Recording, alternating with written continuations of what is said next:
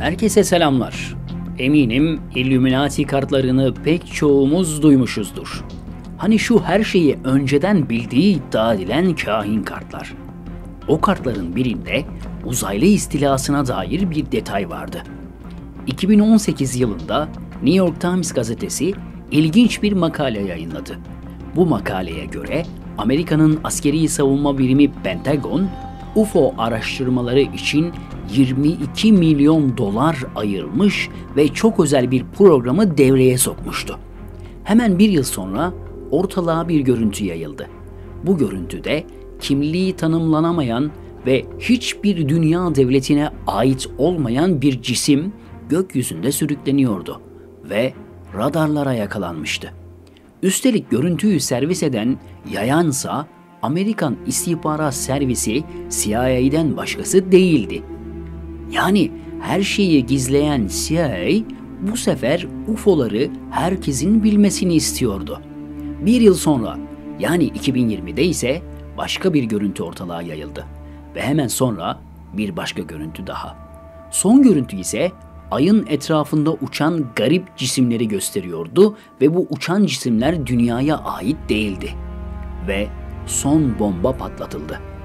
Güneşin etrafında güneş patlaması sırasında oluşan ışınım sayesinde dev bir uzay gemisi tespit edilmişti. Evet, bu haberlerin tümünü 2020 yılı içinde servis ettiler. Haliyle birçok kişi Amerika'nın tıpkı Illuminati kartlarında olduğu gibi sahte uzaylı saldırısı planladığını düşünmeye başladı. Ve bu sırada ilginç bir gelişme oldu.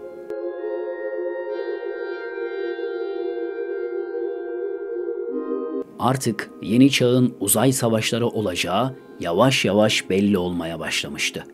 Japonya Savunma Bakanı Taro Kono ilginç bir açıklama yaparak dünya gündemini kendi üzerine çekmeyi başarmıştı. Kendisi savunma bakanıydı ve UFO'lara inanmasam da Japonya kendini her alanda savunmak için çalışma başlattığını, herhangi bir istila için Japonya'nın bir UFO planı olduğunu söylüyordu. Ve ekliyordu, bu kararı almamızda Amerika Savunma Bakanlığı'nın UFO'ların varlığını kabul etmesi ve donanma pilotlarının çektiği videoların yayınlanması etkili olmuştur diyordu. Tabi bu iddiadan sonra başka iddialar da arkasından geldi. Amerika'da UFO'lar konusunda araştırma yapan bir haber sitesi, Türkiye'de dahil olmak üzere birçok ülkeye UFO yani uzaylı istilası için karşılaşma prosedürleri kapsamında planlar yapmasını öneren bir bildirge göndermişti. Bu ne kadar gerçekçidir bilmiyoruz ama Türkiye'nin yetkililerinden de şu ana kadar bunu doğrulayan bir açıklama gelmedi. Uzaylı istilası teorisi aslında yeni değil.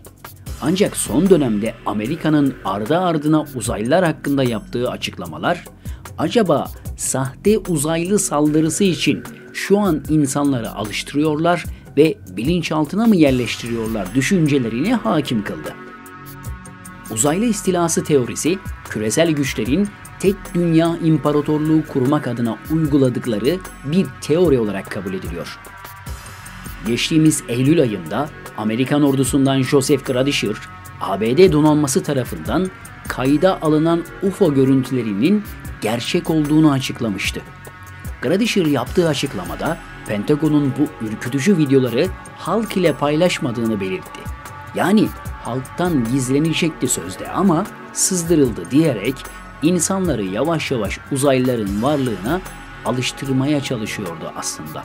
Ve aynı zamanda bugüne kadar pek çok görüntüyü de, pek çok tespiti de sakladıklarının itirafıydı bu. Bu arada 2019 yılında Birleşik Muharip Komutanlık adı altında bizzat Trump'ın emriyle uzay komutanlığı kurulduğunu, 16.000 askerin uzay komutanlığına alındığını da söylemeden geçmeyelim.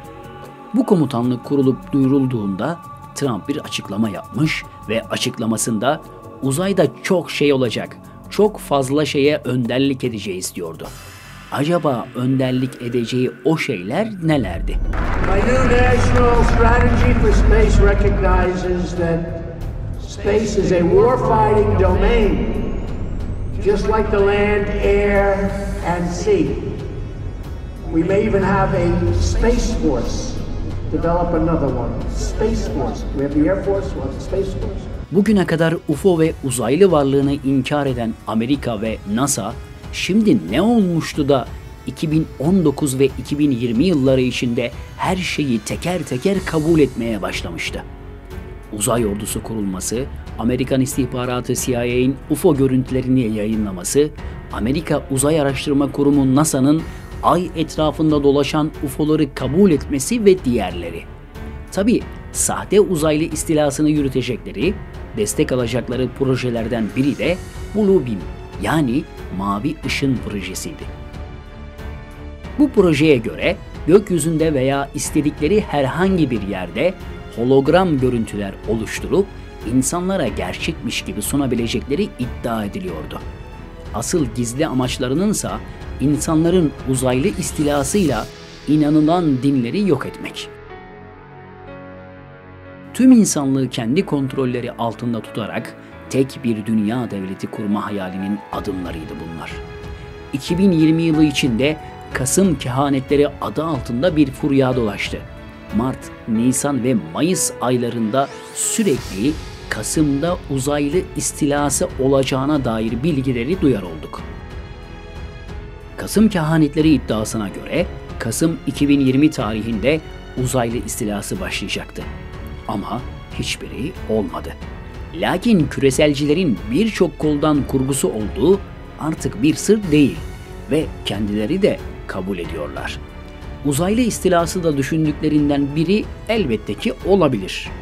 Zira 2019 ve 2020 yılları içinde Amerika'nın hemen hemen Pentagon, CIA ve NASA gibi kurumlarının uzaylı varlığını, UFO varlığını kabul etmesi ve uzay ordusu kurması normal değil. Belki de sahte uzaylı saldırısı planlamak yerine yakın zamanda gerçek uzaylı karşılaşmasını dünyaya duyuracaklar. Bunun hazırlığını yapıyorlar. Bekleyip göreceğiz.